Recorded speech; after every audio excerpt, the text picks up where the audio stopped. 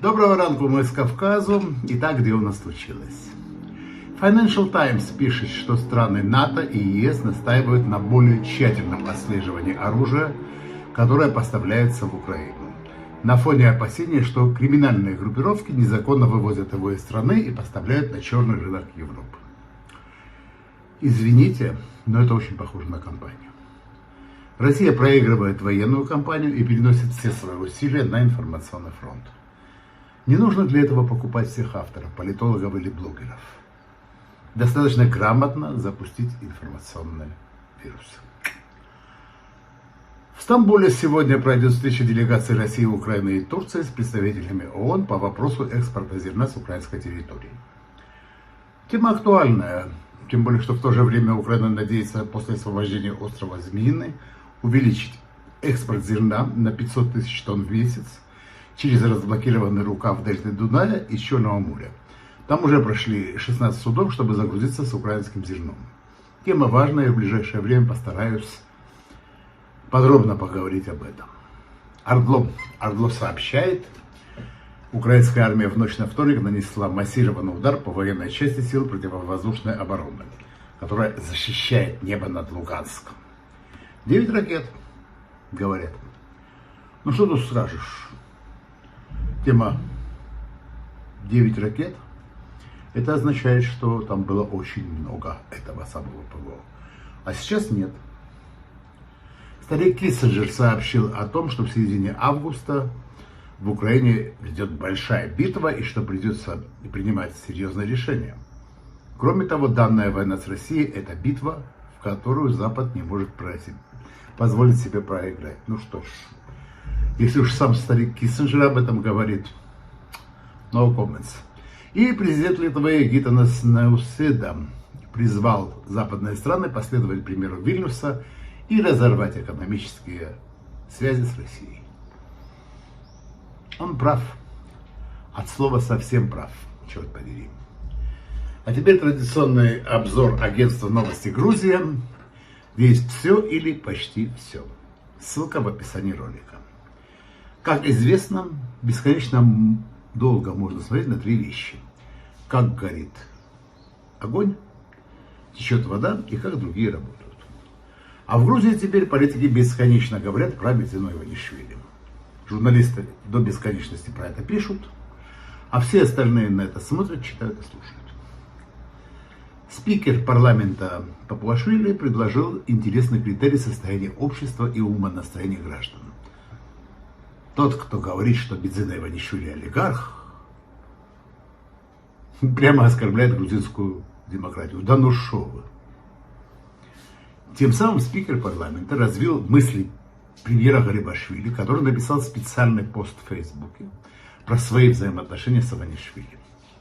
Журналисты насчитали в послании 1409 слов, из которых 38 раз слово Иванишвили, а остальные другие слова. Премьер-министр Грузии заявил, что он самостоятельный премьер-министр, а когда кто-то говорит, что им тайно руководит Иванишвили, это оскорбительно, обидно и неправда. Угу. Еще больше эти неправильные мысли оскорбительны для государства, сказал Гарибашвили. Он сказал, что основателем грузинской мечты он дружит с семьями. А при встречах они обсуждают только бытовые вопросы. И никто не должен беспокоиться. И поделился совсем личным. Совсем недавно, оказывается, жена Иванишвили дала жене Гарибашвили совет по медицинскому вопросу. Премьер сказал, что совсем не олигархия, когда бывшие специалисты из охраны Иванишвили возглавляют МВД. Это правильный подбор профессиональных кадров, куда нельзя привлекать посторонних, а надо брать тех, с которыми прошли разные испытания. В правительстве сейчас много министров, с которыми Иванишвили совсем не знаком, заверил премьер. От себя добавлю, верю. Другое дело, что эти министры абсолютно независимые, от них ничего не зависит. Это моя реплика. Мечта управляет страной, внимание, по завещанным Иванишвили ценностям любви к родине и уважения к закону. А нас, движению и всем его друзьям, пора адаптироваться к этому, что в Грузии мир, двузначный экономический рост. Вот что посоветовал Гарибашвили. И сказал фразу, которая возбудила политологов, которые любят знать все. Сознательная или подсознательная надежда на то, что в случае необходимости Бензина Иванишвили еще раз придет на помощь стране, есть у нашей команды и общества. Пока политологи гадали на новое возвращение Иванишвили, спикер Папуашвили сказал, что Гарибашвили во всем прав. А люди не могут жить как одинокий остров и ни с кем не общаться. И предупредил, что термин деолигархизация разные силы используют для прямой атаки на Грузию как государство. В оппозиции термин «назло» продолжили использовать и сказали, что мечта в панике, поэтому сделала все эти заявления. Тем временем Тбилисский госуниверситет сообщил небольшую приятную новость. Школа экономики пересчитала индекс Хачапури и выяснила, что он дешевле по сравнению с весной. Вот так вот. Настоящая хорошая новость про Батуми и для Батуми. Туда с концертом едет Вахтанг Кикабидзе. Меня недавно спрашивали о его здоровье. Видимо, хорошо. Он сказал, что петь лучший способ отметить 84-й день рождения. Кому повезет, успеет купить билет на 19 июля. Все деньги пойдут на помощь Украине. А в соцсетях никак не перестают обсуждать дикую историю про Кутаиси, про то, как бабушка жениха на свадьбе узнала в невесте свою пациентку, которая собственноручно восстановила девственность.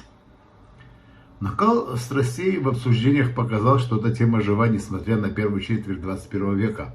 Ну, я помню скандалы, пара скандалов таких было в Батуми во времена моего детства. Ну, тема все еще остается.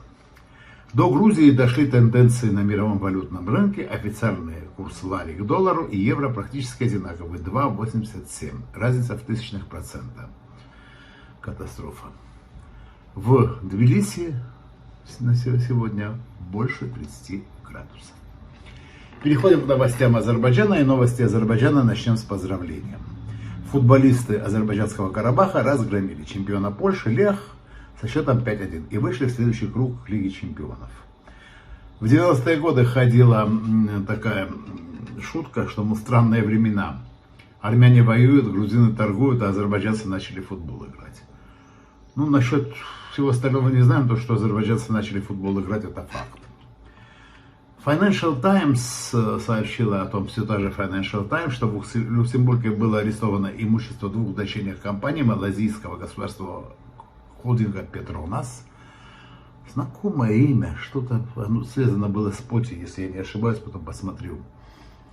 Управляющая также нефтегазовыми активами Азербайджана. Сумма конфискованного составляет $2 миллиарда. Нифига себе. Компании были арестованы по иску наследника султана Малайзии Сулу. Сообщается, что судебные тяжбы между наследниками Сулу и холдингом Петронас длятся уже 6-й год и в последние дни заметно активизировались. Непосредственно к Азербайджану это не имеет никакого отношения. Но так как компании работают с Азербайджаном, новость попала в поле зрения СМИ, а оттуда сюда соответствующим образом. Теперь о новостях Армении. Самое интересное, премьер-министр Армении Никол Пашинян обсудил с генеральным директором российского государственной корпорации по атомной энергии Росатом Алексеем Лихачевым возможности строительства новой атомной электростанции в Армении. Рассмотрены также вопросы дальнейшей эксплуатации второго энергоблока Армянской АЭС, развития атомной энергетики, а также сотрудничества в области возобновляемой энергии. Ну что я думаю по этому поводу? Вторая часть да, первая часть нет. Не потому, что АЭС это плохо, а потому, что я сомневаюсь, чтобы у Российской Федерации было на это ресурс. Вряд ли. Тем временем президент Джо Байден представил Сенату кандидатуру бывшего поверенного в делах США в Украине Кристину Квиен на пост нового посла в Армении. Что вам сказать, Кристина Квиен достаточно известный дипломат, так что будем посмотреть. Другие новости говорят, в Казахстане начались перебои с сахаром после того, как Россия запретила его экспорт. Если это так, то это уже очень похоже на торговую войну. А чем заканчиваются торговые войны с Россией, мы в Грузии видели еще в 2006 году. Они заканчиваются двузначным ростом ВВП. Краснодарский краевой суд в понедельник, кстати, отменил запрет на работу терминалов Каспийского трубопроводного консорциума в порту Новороссийск. Это по поводу экспорта казахской нефти. Ранее суд в Новороссийске постановил приостановить деятельность компании на 30 суток, мол, после обнаружения документарных экологических нарушений. Консорциум выдали предписание об их устранении. Ну вот сейчас, видите, дали задние. Значит ли это, что Казахстан перестанет активно переориентировать маршруты поставки своей нефти? Не думаю. Просто сейчас это можно делать спокойнее. Но это нужно делать. Потому что рано или поздно все равно Россия, как только появится малейшая возможность, использует